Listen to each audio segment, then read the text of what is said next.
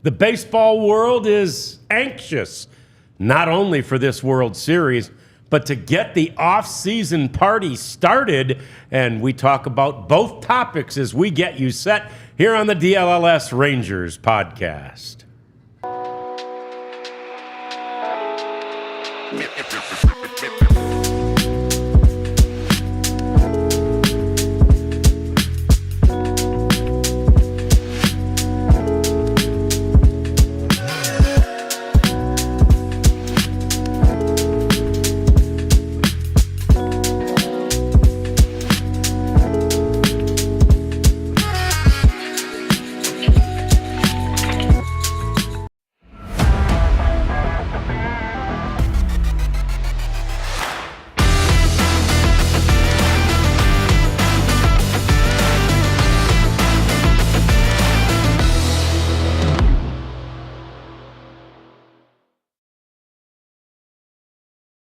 On the DLLS Rangers Podcast, and it's something that continues to surface, if you will, with the Rangers this year.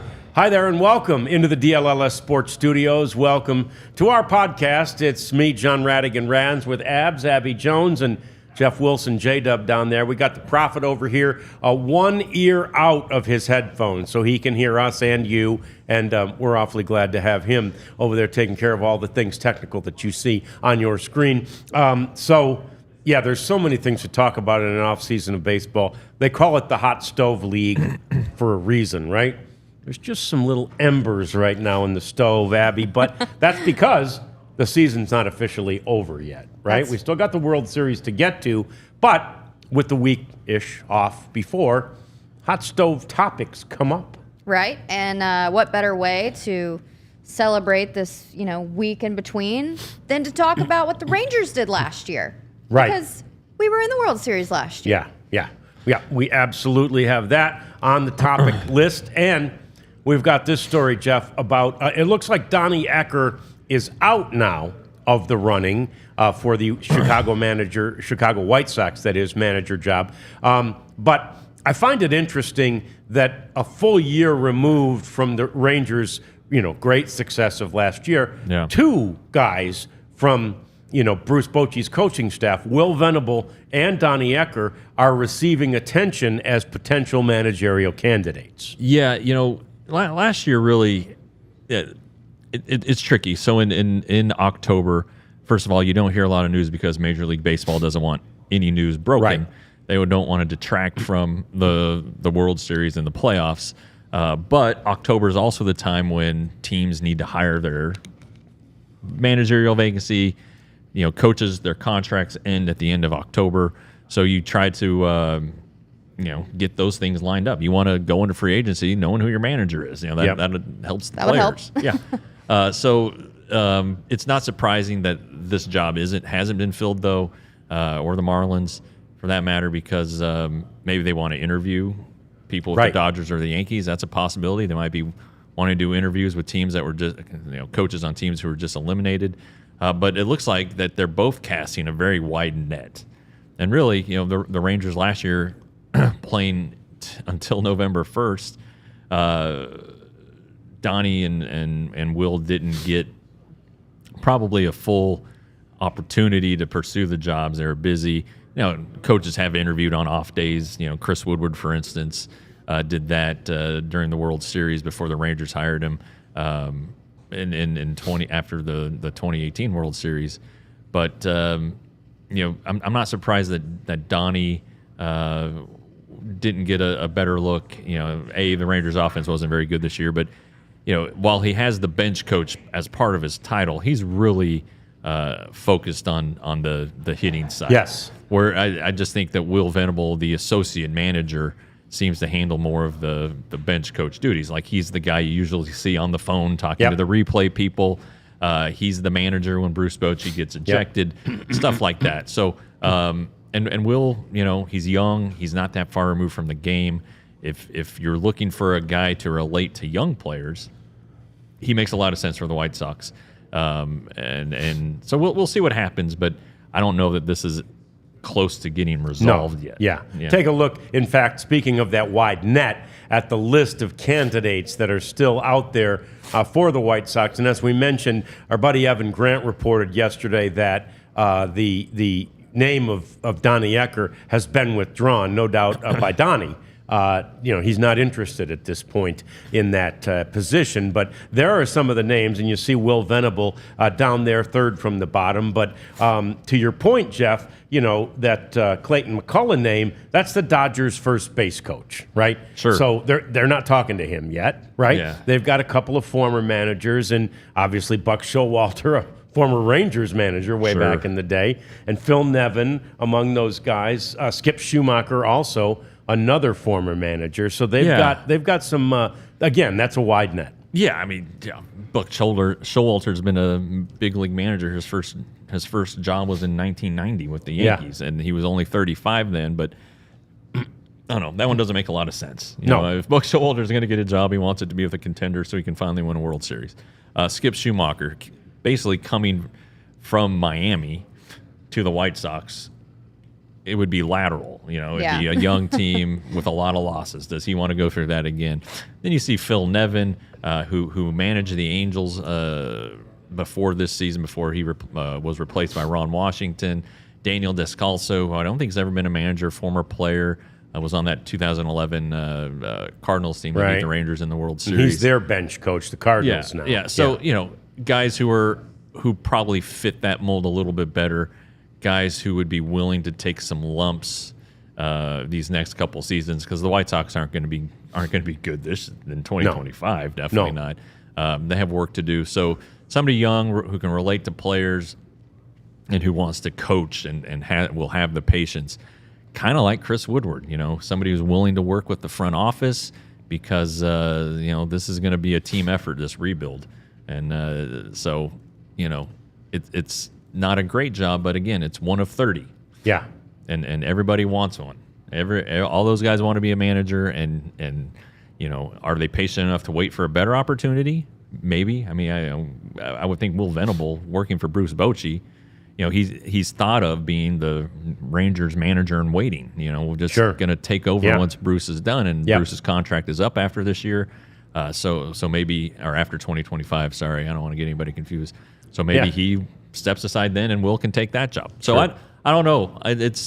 There's so much that goes into this, but I would imagine resolution will be coming early November. Yeah, and the Danny Lehman, who you saw on that list too, is another Dodgers assistant coach. He's the bench coach for the Dodgers, and I do find it a little interesting, and perhaps, though, not surprising, that these candidates, there's a couple of candidates from the Dodgers organization, none from the Yankees. And I think that going back to the Chris Woodward example, I think that the Dodgers are thought of in baseball circles as sort of that almost model franchise, right, from top to bottom, where they're doing everything right in the analytics, obviously getting the right players, and from front office all the way on down. You win all the divisional titles and get to all the NLCSs that they have lately. People take notice of that. Yeah, and they're also really good at player development. Both franchises. Everybody talks about their ability to spend money and get guys, but you can look at their rosters and see guys from their system or guys that they've acquired young and developed on their own. Gavin Lux. Let's say Gavin Lux. They rescued Max Muncy. The Dodgers did. On the other side, the Yankees have Anthony Volpe, Gleyber Torres. Aaron Judge was homegrown. He was a first round pick and became a superstar with them. So there's plenty to indicators that you're right. They're a complete franchise, whether it's analytics or scouting, player development. They're both good franchises. They have back. So these guys that are coaches now have some pedigree with player development, and that's what's going to be needed for the White Sox job. I guess what would be different about this year than years prior, because Will has been offered New York Mets and the Guardians, and he's previously declined those. Yeah, I just where he's comfortable. I'm assuming. I mean, he has a pass with Chicago. Yeah, just is his biological coaching clock ticking? Right. Does he want to get out? Does he feel like he's in a better place now after 2 years with Bruce Bochy, watching a master at his craft and learning some of the intricacies and how to think ahead, like everybody says Bruce Bochy does, always 2 steps ahead of the opposing manager. So I don't know. Personally, I got offered the Dallas Stars beat one year, and I had never covered a full-time beat. It's like, gosh, do I want to go do this? And ultimately, I turned it down and took TCU, which then catapulted me to the Rangers. It's just how you feel, and right. Maybe he feels he's in a different spot now. Yeah, and there's no doubt that, being around a Bruce Bochy, right, will open your eyes too as a managerial candidate. He is that guy. I know Tim Hires has told me before, Hires actually played for Boch in San Diego. And Hires has told me before that it is amazing in his first year as a manager, Tim would see, and he'd see that Boch would come to him in the 5th inning and go, might need you in the 7th as a pinch hitter.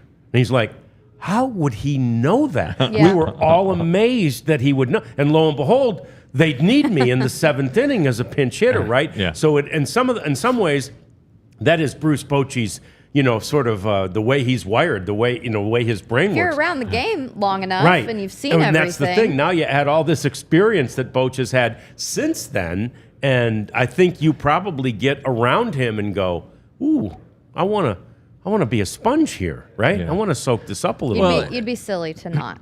Yeah. And these players who become managers, you don't see Derek Jeter become a manager. You Right. don't see the superstars become a manager. Right. Now they're smart and everything, and they made a ton of money. They don't need to do it. But Bruce Bochy was never a full-time player. Nope. He was a part-time guy, so he understood the bench and all of that stuff. Same Will, with Will Wash. Venable was a platoon player. Wash, Yeah. right. Yeah. Exactly. Ron Washington never had more than 400 at-bats in a season, I don't think. Maybe early with the bad Twins he maybe. might have. But they and a lot of them are catchers too. So catchers understand what goes on. They see the game differently. Stephen Vogt, Guardians catcher. Dave Roberts, not a full-time player at the end of his career. So they just see the game differently, I think. Yeah. Yeah. So, and it is interesting when you point out the Chris Woodward example too. Stuff could be going on, especially with 4 or 5 days off right here. Yeah. But the reality is that Major League Baseball does not want anything announced beforehand. And it does remind us too of how hard 2 years ago, I guess, 2 years ago at this time, how hard Chris Young was working on Bruce Bochy. Yeah, it was. Boy, I think the press conference might have been like October 21st of that year. Probably definitely on an off day. I would assume it was on an off day. I don't remember precisely, but that was the Rangers' biggest free agent acquisition of that year, and they had just signed Corey Seager, Marcus Semien the previous offseason. They were going to sign Jacob deGrom and Nathan Eovaldi, and of course Eovaldi was great all year and in the postseason, but Chris Young still says that their biggest acquisition that offseason was the manager, and it can set you it can set the tone for your organization for the next 4, 5, 6 years, even longer in some cases. And the Rangers wanted to win immediately, and Bruce Bochy they thought was the guy to do it, and sure enough, they won immediately. Yeah. Monday, October 24th Okay. of 2022.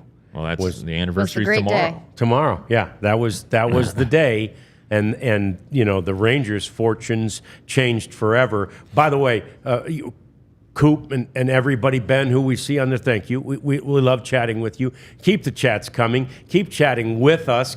Like us, subscribe to us. We are rolling through off-season baseball talk, and we will be here all off-season long just for you and really with you. Talking about all things Rangers, talking about all things baseball, and always with a Texas Rangers spin to it. And coming up, we are going to talk about 1 year ago today, because 1 year ago today was very significant. If you saw the show yesterday, you realize probably already what happened 1 year ago today, but we will get to that. And we've also got to talk about some hometown heroes, if you will, that'll be playing in the World Series. What a thrill that must be. That's coming up on the DLLS Rangers podcast. But first, we must answer a question. Can you drive with Shady Rays? I don't mean drive. I mean drive. Oh, okay. You can. I see what you did there. I All can right. confirm. I Okay. can confirm. I was hitting that driver yesterday like I haven't hit it in a long time. I was off on a charity golf tournament yesterday. Ambucks is the charity. Look it up. It's a great charity. Off on a charity golf tournament. It was a beautifully sunny day in East Texas where this event was held. And I had the Shady Rays working out there on the golf course. And I'm telling you, It was I your drove the ball. superpower. I may wear it if I even play golf at night someday. One of those nighttime golf, because I was hitting that ball like I had in a long time. Shady Rays are fantastic, almost indestructible. They're gorgeous. They have great colors. They have great designs. We encourage you to go to Shady Rays and use the code DLLS to get 35% off, and you'll drive better tomorrow. I love the guarantee. Also, I wish that you could see our floors here because Empire today hooked us up and they did such a beautiful job with these floors. When that time comes, when I need to make the big girl purchase of floors, they're expensive, I hear. I will go to Empire today because they have the best quality, the lowest prices. We actually have a $350 coupon for you and a free home estimate today. They also have this virtual option so you can kind of see before you buy. Miss Kathy would love this. You just use your smartphone, do a little panoramic view of whatever you're wanting to replace, and then you can kind of see it in your house, see if it's going to match everything. So it's the best on the line. All they do is flooring, so you know that you are going to get the highest quality, the best prices, the best customer service, this, that, and so much more. Go to empiretoday.com/DLLS for $350 off. It's fantastic. It's a great choice. It's a great idea. And it is time to talk about 1 year ago today, which was the day that the Rangers punched their ticket, Abby, to their third World Series. This one was the most important because they did it.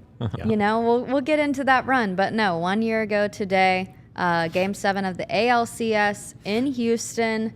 No better way to do it than in front of your rivals. You know, the last two celebration photos that have been taken for opposing teams in Houston have been advancing to the next round. And, you know, Houston's had trouble at home at Minute Maid Park going back to even 2023. I think it was six losses at home in the postseason. Yeah. So it seems like, I don't know, the Rangers, I guess Houston Astros fans were making the joke that the Rangers weren't like awake or something back in the postseason last year.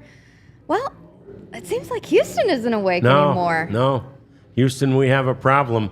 And that Game 6 you guys talked about yesterday, you go into that game, as you mentioned, just feeling a little bit, I don't think the guys were, but fans, a little bit down the way Game 5 went, and Altuve hitting the home run and all that stuff. And just where the series was at that point as well. My gosh, now they have to go back. And again, at that point, we don't know they're going to go 11-0 on the road in the postseason. And you're just thinking, this doesn't set up well. Yeah.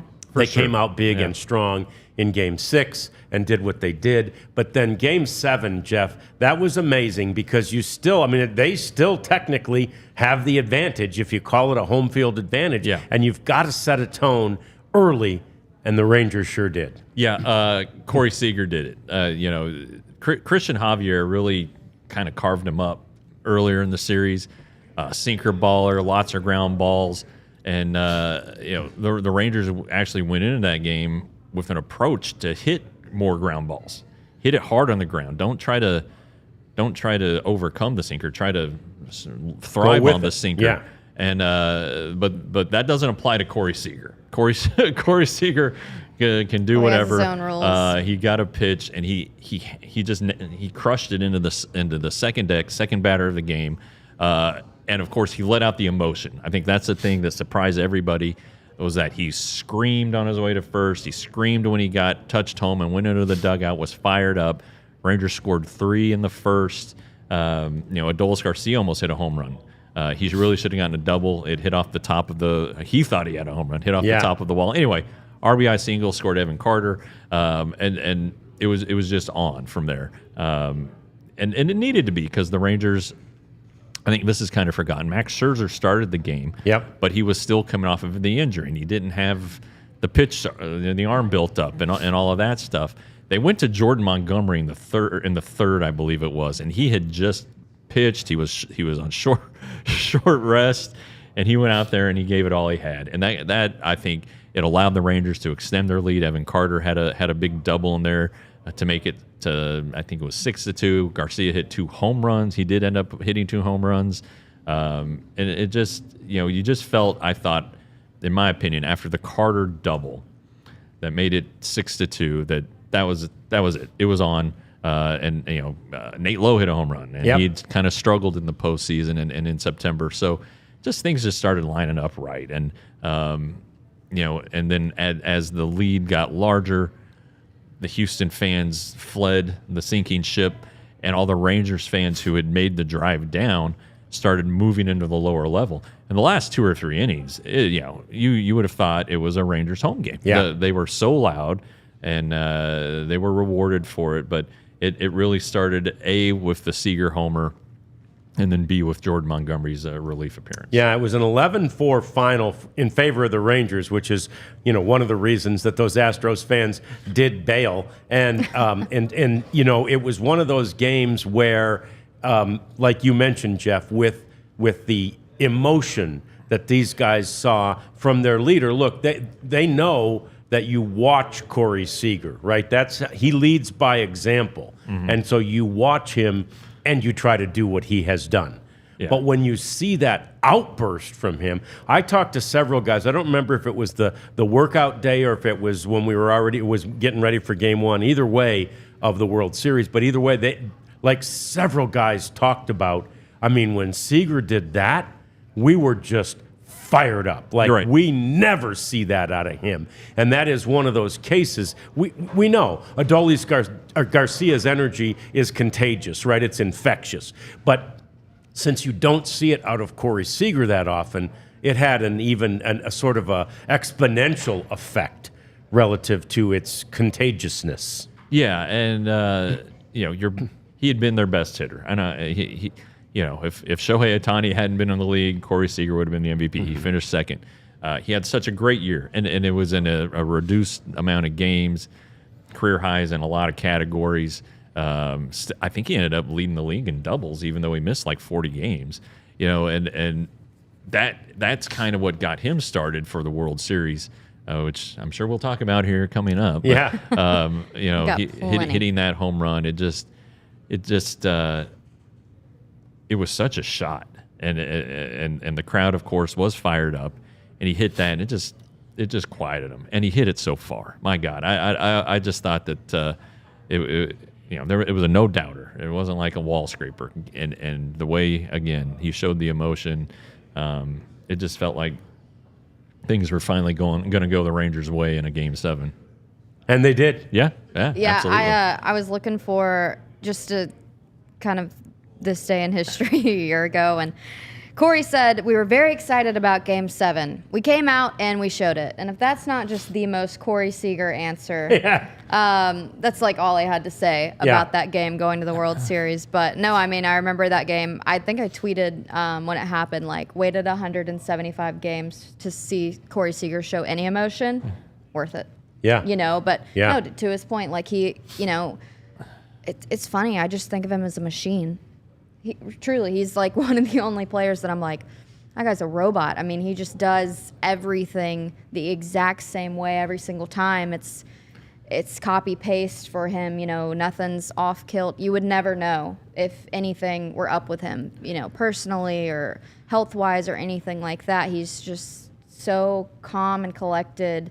And to see Corey play with that emotion, you almost wish that you saw it more. But the fact that he never does it does just make that moment more special. It does, and it's an interesting dynamic that was certainly had developed at that point, obviously, in this series, but that rivalry that we talk about. I mean, at that moment, there is almost no doubt that the best rivalry in baseball was the Astros and the Rangers. And as long as both teams, the Astros obviously stayed quite good this year, and the Rangers, I believe, will be even better next year. And, as long as those two teams are good, this rivalry is going to be fantastic. Like I say, as good as even like a Subway Series or a White Sox Cubs, that type of thing. Yeah. Red Sox Yankees, it's always going to get the TV, and those, it's not like they're pretty close. You can scoot right up to Boston from New York and vice versa. That's always going to be probably the rivalry that people think of, but they need to start thinking about this one because it's there's a potential changing of the guard here. As the Astros get a little older, as their core players reach the end of their contracts and things like that. What are they going to do? Is Alex Bregman, for instance, going to leave? And the Astros are in trouble with their farm system being the worst in baseball. That's what happens when you're good. You trade what you can to get pieces at the deadline. They did it again this year, and Kikuchi ended up being a good piece for them. But they're running out of ammunition. And when you do that, you run out of depth. And when your guys get hurt, your older players start getting hurt. Who are you going to have to replace them? And right now, the Astros don't have a ton of depth. It looks like they're going to, their GM said right after the season they're going to have to get creative with payroll. So they're kind of in flux right now. To be perfectly honest, it's not unlike the Rangers after 2016, after they had traded away so much talent to get guys. So we'll see what happens, but the Rangers have their own issues to worry about. They don't need to look too far to the south. If they worry about themselves, they're going to be all right. And it's so true. And look, because it's a rivalry, right? There are plenty of people from here or from Houston that live here and who are still avowed Astros fans, and so they'll see me and they know I'm associated with the Rangers, and they'll be like, "You guys were a one-hit wonder. It's never going to happen again." And I'm like, "You don't know Chris Young, right?" Yeah. I mean, this is not a one-hit wonder. I think to your point, Jeff, this is a team that's headed, its arrow's still pointed up no matter what happened last season. Yeah, I mean, sure there's some uncertainty with the finances, with the budget and the TV deal, but look at the guys who are in the rotation at the end of the year, Jack Leiter and Kumar Rocker, both young guys who have the potential to be in the rotation for 6 or 7 seasons. Josh Young, keep him healthy, he's going to be a good player. Seager and Simeon still have more than half of their contract left to play out. So they're not going anywhere. Evan Carter's going to get healthier. Wyatt Langford looks like a potential all-star.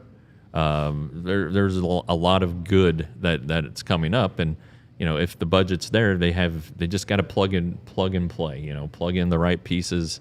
They're getting DeGrom back. I mean, there are just so many positive things to consider when you look at 2025. Now they do have questions. I wrote about the catching situation earlier this week. You guys are going to get your center fielder story tomorrow, and then we'll address the issues that need to be addressed. But I mean, free agency is not far away.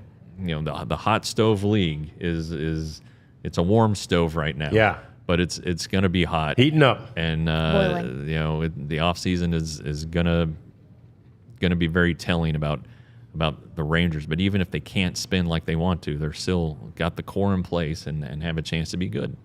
And Bruce Bochy was very clear about his goals ahead of the 2025 season, and Chris Young too with the internal growth. So if there's anybody's word I'm going to take, it would be Bruce Bochy in this position. We know his track record with the off year and then back at the World Series again. It's going to take some time, but the Rangers do have all of the pieces. Yeah. They definitely do. And I mean, again, there's work to be done, but recent history shows us that the front office is not afraid of doing the work, and of course, neither are the players. More coming as we get to those hometown heroes, or certainly potential hometown heroes that are headed toward the World Series. We'll look back at some of the ones from around here who have been able to celebrate similarly. That's coming up. Plus, we got to get to some big news from the world of baseball. Sad news. We'll get to that a little bit later on in the program. But first... Hey guys, it's going to be 93 today. Yeah. Yeah, it's still cooler weather. Not cooler like the temperature, but cooler like get some ice cold beverages packed away. And to do that, go see our friends at Rugged Road. Light coolers, floatable coolers, durable coolers. Just great stuff. If you're going to the ballpark like we did last weekend and are going this weekend with our son, we need to pack drinks and stuff to keep them cool and to keep us cool too, keep us fed. So you need your coolers. You can go out fishing, take it on the golf course, whatever it is. Rugged Road is perfect for you. So gear up for your next adventure with Rugged Road coolers, reliable, durable, and built to be used. Rugged Road is your ultimate cooler companion, outdoor companion. Head to ruggedroadoutdoors.com and use the code DLLS for 10% off. And FOCO, they donated so many great things to our studio. We have such fun memorabilia from over the years and accomplishments that our teams have or the players have. Bobbleheads, hats, shirts, the World Series gear behind us. Love that. But our friends at FOCO gave us all of this stuff. So they have the best sports gear around. They have hoodies, they have shoes, they have signs, they even have overalls. Wow. If you really want to get crazy.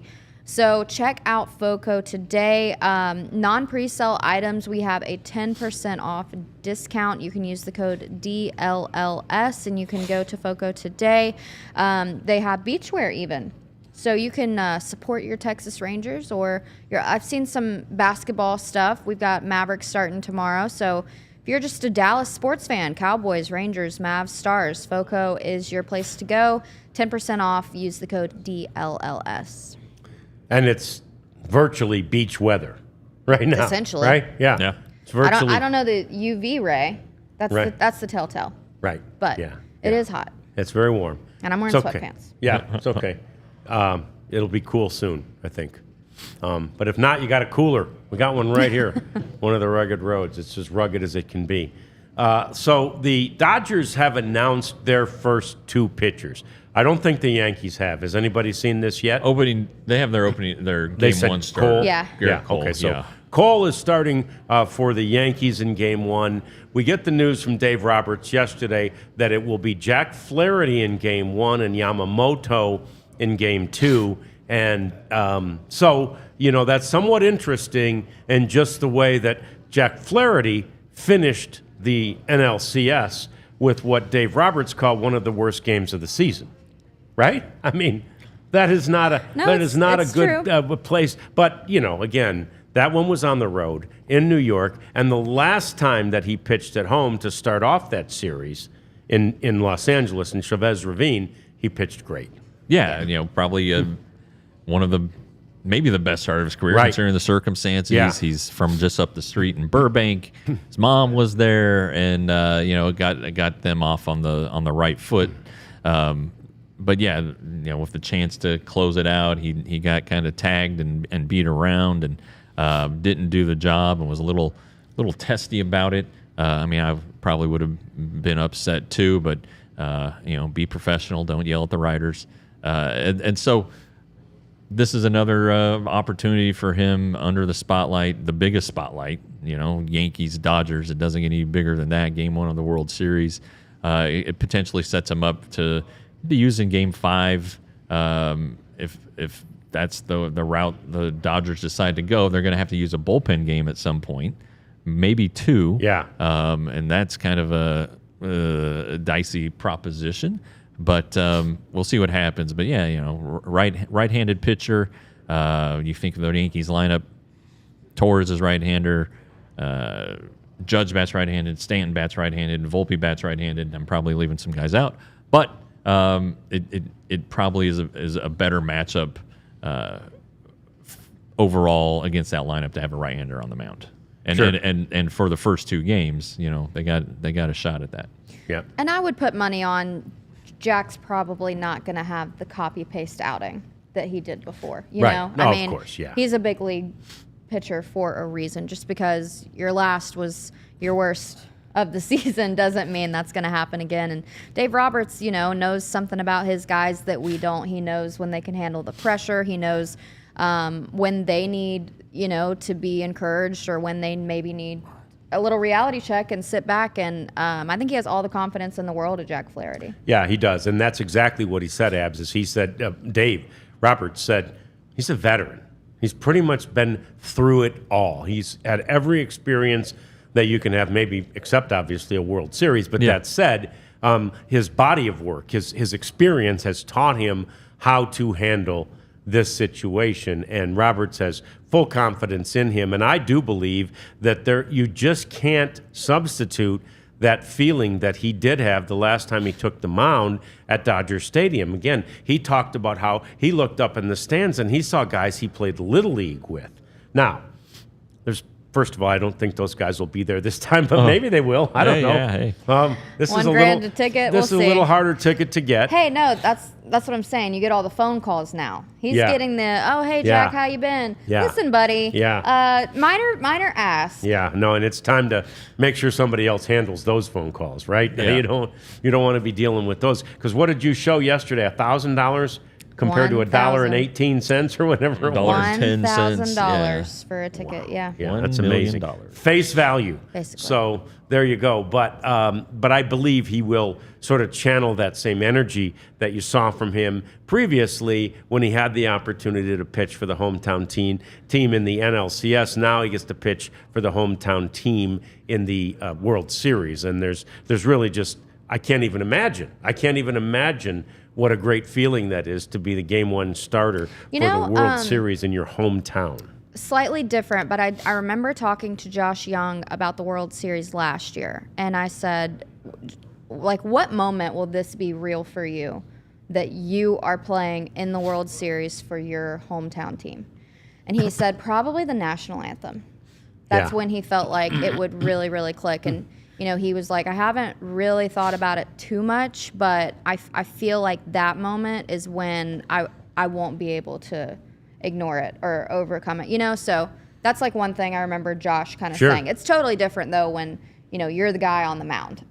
No doubt. And just a reminder, like, Flaherty isn't going against Cole. He's going against the Yankees lineup. So it's not the intimidation. I mean, Cole has 2 starts at the World Series, so it's not necessarily, Jack Flaherty against Garrett Cole. It's Jack Flaherty against the big bad Bronx Bombers. Yeah, it's a murderer's row. I mean, it really is. Jeff's talked about and again, I mean, they're better matchups, but those guys are never a great matchup. Sure. Right? Yeah, They're better against a left. I mean, it's a better matchup for a left-handed pitcher, but that's a difficult matchup for any pitcher. It's a pick your poison situation. Yeah, and Soto's going to be, he's just great. I mean, and you forget, Aaron Judge. Everybody talks about him, and a lot of people talk about Juan Soto, but Juan Soto is so good. Yes, and Stanton, when he's healthy, is great. So it's just it's going to be tough for him. I mean, Garrett Cole, right out of the chute. You Shohei Ohtani. Now, he's faced Ohtani a lot in his career, so there's a familiarity there for both of them that works both ways. But Ohtani, Betts, Freeman, who said he's 100% and he's going to be going for the World's in there for Game 1. I mean, that's a murderer's row in its own right. Yeah, three MVPs, 3 potential Hall of Famers. That's what you're looking at here if you're a Yankees pitcher, and it looks like they'll probably go with Rodon in Game 2. Yeah. Okay. Hoping he takes that Garrett Cole approach so again. then you bring in a hard-throwing left-hander, give a different look. Don't let them get the same look 2 games in a row type of situation. Yep.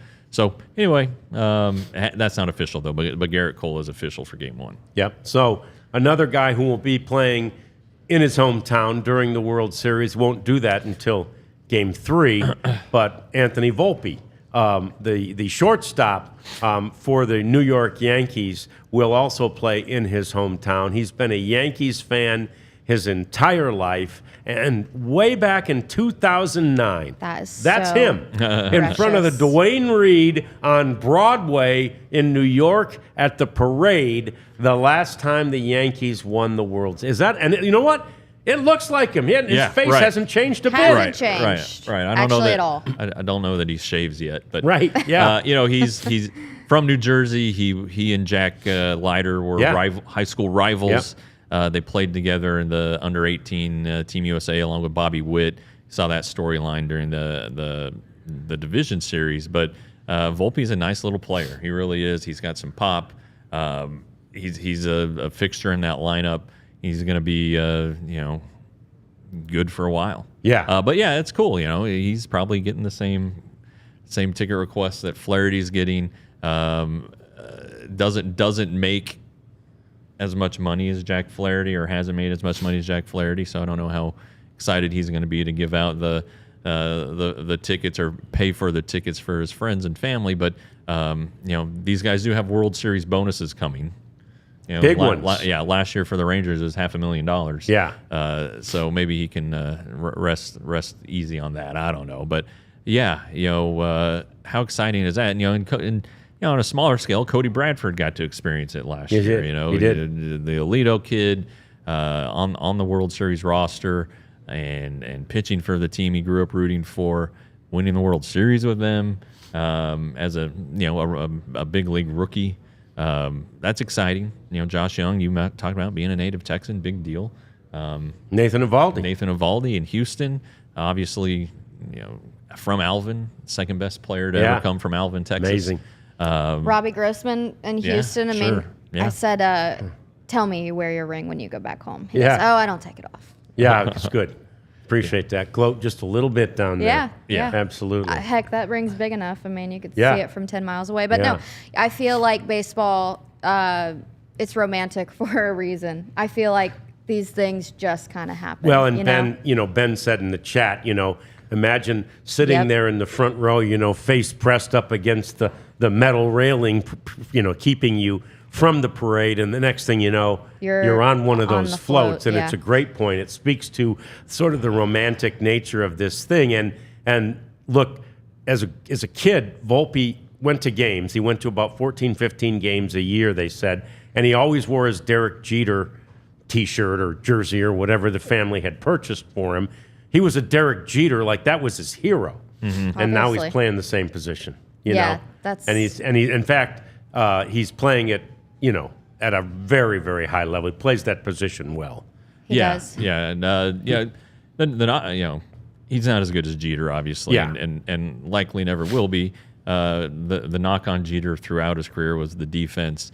Steady, made the plays, but didn't make the great plays, except in the World Series. Right.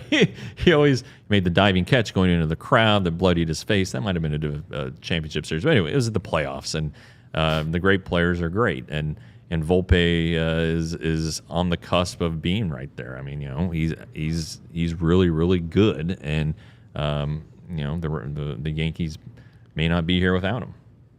Yeah. And last night the Celtics got their ring actually, and they had the banner, ceremony, and you just got to appreciate it. These guys worked their entire lives for it and put in more time and effort than anybody could understand. So, however a player handles it. I remember everyone was calling Jason Tatum cringy when he won the finals. And it was against the Mavs, whatever. But no, I mean, these guys work for it their entire life. And I'm excited. There's so many storylines, like I said, going ahead of this World Series. And this one makes it so much cooler if this kid's able to, wear the Yankees ring. That's so special. But I don't know. There's a lot to look forward to. There is so much to look forward to. We haven't even mentioned during the course of the broadcast today Shohei Ohtani. But we will, because there's news about the 50-50 ball. That's coming up. And we'll also get to a couple of sad notes in the world of baseball, at least in our world of baseball. The DLLS Rangers Podcast continues in a moment. Guess what I got yesterday while you were golfing? Tell me. I got a DLLS shirt. Did you? I did. In the mail? our GM Ben handed it to me. Nice. Okay. But I'm one of the first ones to get it for here, I think. I got the Cowboys one. Okay. It's With washing. the little guy on it? With the guy. Yeah. With the fella. I like It's washing right now, but I showed it here yesterday. I can say it is soft. It's comfortable. Seems durable. Jeff's worn his a few more times. Is this the debut of the TCU? This one? is the debut of the debut. TCU shirt. Yeah. Yeah. Because he's even got his TCU show today at 2:30. So tune in to All Horned Frogs podcast. Yep, that's it. 2:30 for that. But yeah, these shirts are quality, Yeah. and they're not going to break the bank. No. No, Our stuff, you get some Shady Rays, you get a T-shirt. I mean, Yeah, it's quality stuff. it's it's under $100. Oh yeah. So Yeah. No, it's quality stuff. It's great. That's a badass looking frog. yeah, he looks pretty tough. Yeah, he's. I wouldn't mess with that frog. And I like that it says Fort Worth. We're DLLS, but we're touching them all. Yeah, we are. Oh, are you one of those? We know it's a big area. It's a big I market. really like Fort Worth, if that's what that means. Yes, Okay. I'm one of those. Yeah. Yeah. All right. well, I've just since moving here, I've learned about the Rivalry. Don't say that Fort Worth and Dallas are They are two very DFW distinct or something. areas. Yeah. But we can do, we're covering the Frogs. Rangers are in Tarrant County, where Fort Worth is located. And we can get our diehard memberships, if you don't have one already, at an introductory rate of $4 a month. Wow. Ooh. Yeah, that's gonna save you some money. So check that out and get signed up now. Introductory rate probably isn't gonna last forever. So join up and see what the fun is all about. Get you one of these shirts. Even at that $48 rate, you get a free shirt.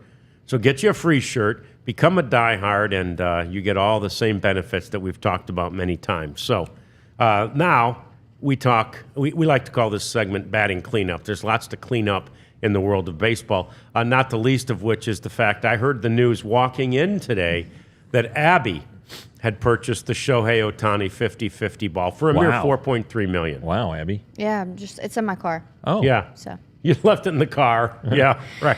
chump change, you know what I mean? Not true. It No. wasn't Abby that purchased it. Absolutely not true. 4.3 million. If I get 4.3 million, fellas, and I buy baseball, Yeah. You got to have some extra go money. ahead and let the good Lord call me home. Yeah. You got to have some extra money to pay $4.3 million for one baseball. Well, as we've talked about with baseball cards and things like that, these things are thought of as investments. Yes. Yeah, obviously. Isn't it Shohei Ohtani's dad who went out and bought that, as a keepsake? These are people who hope to flip it here in a few years or whenever. When Ohtani goes into the Hall of Fame, I don't know, whenever. But there's still a dispute about who gets all the money. Yes. But There's three apparently- people who are claiming it. Yeah, 3 people own it. Well, three Apparently. people think they own it. Yeah. Yeah. Apparently. So I don't know how that's going to sort out. Lawyers will get involved. They're going to spend all the $4.3 million on lawyers and end up with nothing. Somebody's going to have a baseball, basically. My mom always said possession is 9/10 of the law. So I think the two that don't have it in their possession have about a 10% chance between them of getting that ball. That's very That's true. just me. I am not a lawyer. I don't even play one on TV. I'm just saying I think the guy who has the ball Yeah. gets the money. But he'll have to pay a lot of legal fees. yeah. If he's, I think he can handle it. Yeah, well, with that 4.3, I would hope so. Yeah. I would hope. Jeff and I were kidding though. You look at the final total. I got $40,000. If he goes what in, happened? if he turns it over, he's like, oh well, maybe he has to turn it over. Yeah. Because of the legal fees. But Yeah.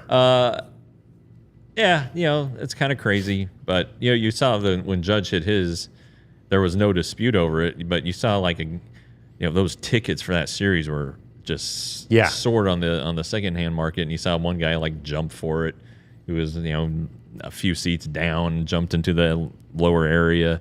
It can change your life, sure, but I don't know. That's a lot. That's a lot for a ball. That could easily be lost. I hope they don't have any kids that his son goes out and plays catch with it like in Sandlot and So anyway, that's interesting. I guess Shohei didn't want it back, or it was never even broached the subject. So let him have it. Yeah. Let him fight it out. Yeah. It's too bad there's a fight. Everybody in those sections needs to bring a glove, right?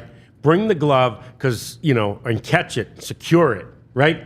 2 hands even, and just make sure that there's not a fight over it. Yeah, buy a couple seats around you and get some big dudes that clear out the area for you. Yeah. I have one I just found on the internet. Oh. Umpires missed 116 calls in the ALCS and the NLCS. Wow. Apparently. Okay. Well, It's interesting. Everybody makes mistakes. Well, 116 is quite a few. well, Seems high. yeah. I didn't hear any like egregious moaning and groaning though, so that's good. Yeah. Yeah. 100%. Yeah. All right, so there's a new Netflix documentary coming out about the 04 Red Sox, a team that we've talked about a lot recently, especially as it pertains to the ALCS and as it pertains to still the only team to ever come back from 0-3 down in a baseball series and win said series. They did that against none other than their vaunted rival, the New York Yankees, in 04. We talked about this game at length, and again, the significant role that Dave Roberts played in that game. And it is amazing that, now all these years later, because it was such an amazing story for the Red Sox to finally break the curse of the Bambino and win the World Series. Right. And now it will be immortalized in a Netflix documentary that, Abs, you said, is dropping today? It is, and it's called The Comeback. The Comeback. Yeah. My dad was 1 year away from that. He was on the Red Sox in 03. Oh, really? Yeah. Wow. It's tough. So actually, 03, he had the opportunity to go to the Red Sox or the Marlins. And at that time, Red Sox were the biggest name that had offered him. And he was like, oh, I'll go to Boston. Yeah. It's great. Marlins won the World Series that year. Oh, jeez. So then 2004. Look at here. Oh, Here's John Anderson. here we go. Look at John Look at Anderson. that. Who, by the way, made us look like fools earlier, asking us to pronounce rep the a little names Red of various Sox. cities in Boston area. I can't help it if they talk wrong. But so 2004, my dad gets a call from the Marlins, and he's like, "You guys just won a World Series." Heck yeah, because he didn't have the best year in Boston, and you know what happens. There it went. You know what Man. happens. Yeah. Missed 2 rings. Although the 04 series, we talked about it last week. Dave Roberts stole the base in the 9th inning and scored the tying or the winning run against Mariano Rivera. That's also the bloody sock series with Kurt Schilling. In Game 6. So a lot went down, and there's going to be a lot to talk about. And so anyway, it should be a fun little documentary. I'll watch it tonight. Yeah, that's a worthy watch. There's no doubt about that on Netflix. And what a great day for week for Boston. I mean, they literally just had the ring celebration yesterday too, and now they're reliving this 20 years later. Yep, good timing. Timing is everything.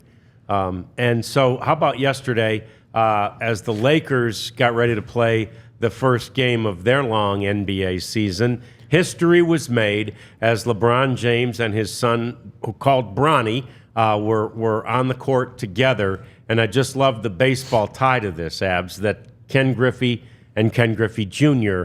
went to the arena to get a picture with them and celebrate. Oh, did they really? Oh, that's cool. I didn't even see that. Yeah. I love that. There's a picture of all 4 of them on the court at the arena. So I find that awesome that there's this, this just doesn't happen. Yeah, right? It really doesn't. You have to understand the magnitude of this accomplishment. Well, no offense to Bronny James, but if this were not LeBron James' son, I don't know that this would be happening right now. Solid point. You question whether Bronny belongs there or not after his not so good college career, but whatever, he's there. The moment was made. Bronny is not going to be better than his dad, but Ken Griffey Jr. was better than Ken Griffey Sr. Ken Griffey Sr. is a really good player. He was. Yeah, and played on some great Reds teams. But so anyway, Bronny, if you do the sleeper app, I looked yesterday, and Bronny's over/under for points was 0.5, and I wanted to bet under. I didn't, and I would have won because he did not score on his 2 shot attempts. He did play. Yeah, he played for 2 minutes and 41 seconds. Took 2 shots and missed them both. But I will say this, and again, maybe, obviously LeBron's impact, carries a lot of weight, but I don't know that you play him even if he's not somewhat worthy of. This is NBA, Sure. you Sure. know. Yeah. You've got a coaching career to consider, right? You have to be careful about just playing a guy to, Well, J.J. Redick was LeBron's pick as coach anyway, so True. LeBron's coaching the team. True. I guess if he wants Bronny to come in, Bronny's going to come in. Come on in, yeah.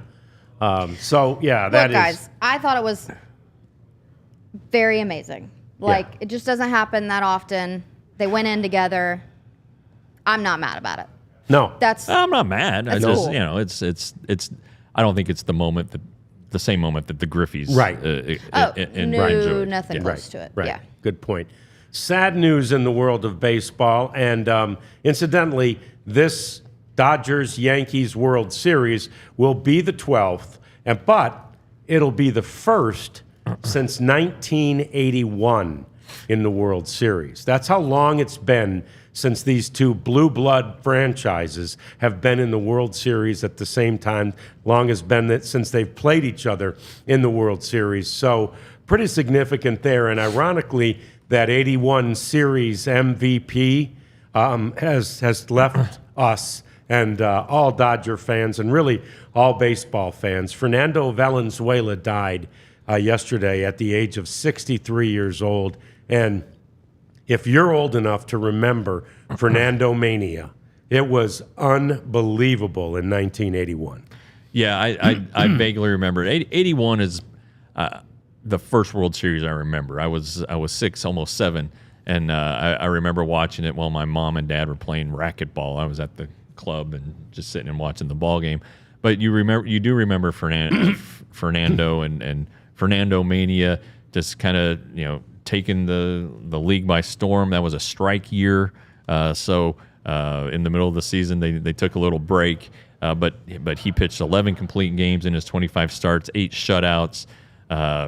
Was just great, and won the Cy Young, won the Rookie of the Year. Yeah, and won the World Series MVP. Right. Yeah. So he had been working on the Spanish radio broadcasts for the Dodgers, and in September, kind of toward the end of the season, just there's a story that he mysteriously left the broadcast booth and went to the hospital.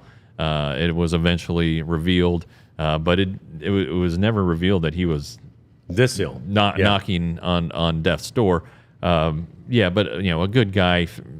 Everybody seemed to love him, and he'd throw a no-hitter later in his career. Yeah, not till 1990. I mean, that was 9 years in. That's pretty good. Yeah, and so it's it's sad, and so there'll be a lot of attention on it. Commissioner Manfred in his release last night said that the baseball will give homage to Fernando during this World Series. Perfect time to do it.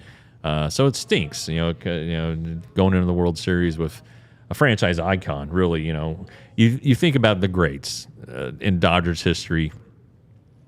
Oral Hershiser, of course, Sandy Koufax first. Sandy Koufax, Don Drysdale, and then you got to say Fernando. And he would be on the pitching Mount Rushmore for the Dodgers, especially since they moved to Los Angeles. And it's sad. It really is.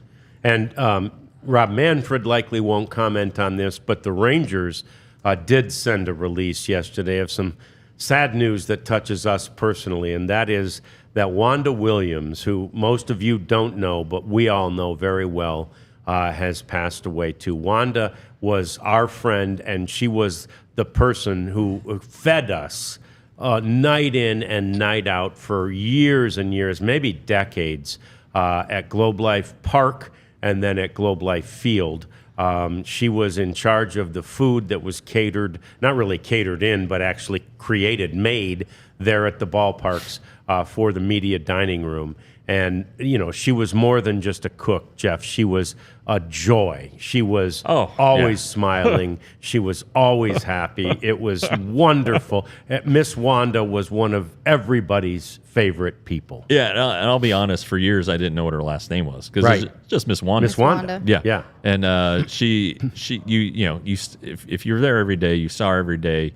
She, you started to become close to her, and she would tell you like, "Hey, I wouldn't eat that today."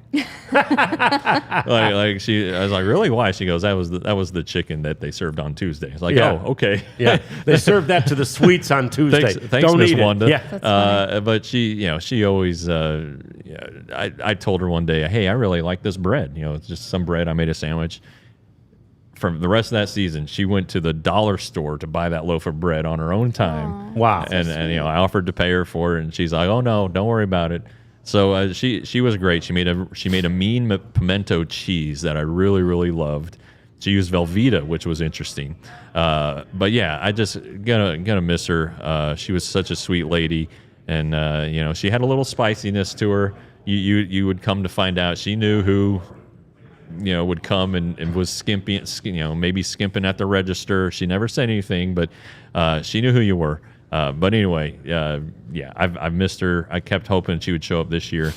She didn't. The two sisters who replaced her are fantastic, but they'll never be Miss Wanda. No doubt about it. Her jalapeno mac and cheese, one of my very favorites. Jalapeno mac and Unbelievable. And when they first opened Globe Life Field, and last story about her, but we love her. When they first opened Globe Life Field, they decided to go a different route, and they put Miss Wanda elsewhere, even though she'd have rather been with us. She'd made friends with so many of us. But she's a trooper. She went and did her job elsewhere in Globe Life Field. I'm not even sure where that was. But we didn't have her food, and we all complained vociferously. Not just because we didn't have Miss Wanda around. The food wasn't as good. The food wasn't good. The selection sucked. There was no dessert ever. And there's frozen grapes now. They brought her back. Yeah. John Blake heard the groans. They brought her back, and it changed overnight. Immediately. It was so good. Like the salad bar got better. Yep. I mean, the salad bar was awful before Miss Wanda. Yeah. They brought it back. It was great. But just beyond what she did for our bellies, she was just great. She was a wonderful, kind person, and laughed and worked hard, and we really appreciated her, and gonna miss her. Yeah, we are indeed. We love you, Miss Wanda. We love you being a part of this show with us today. Thank you for joining us, and we'll be back with a very special guest. Have we announced who? No, but we haven't can. yet. Let's. John Daniels will be in studio tomorrow. How about John Daniels sitting right here with us tomorrow? Here, we'll talk lots of baseball topics with JD. If you have any questions, and some Do It for Dirt. Send them on Twitter, DLLS_Rangers. Yeah. For John Daniels. Fantastic. That'll do it for another edition of the DLLS Rangers Podcast. We'll see you tomorrow. We all silly like the mayor.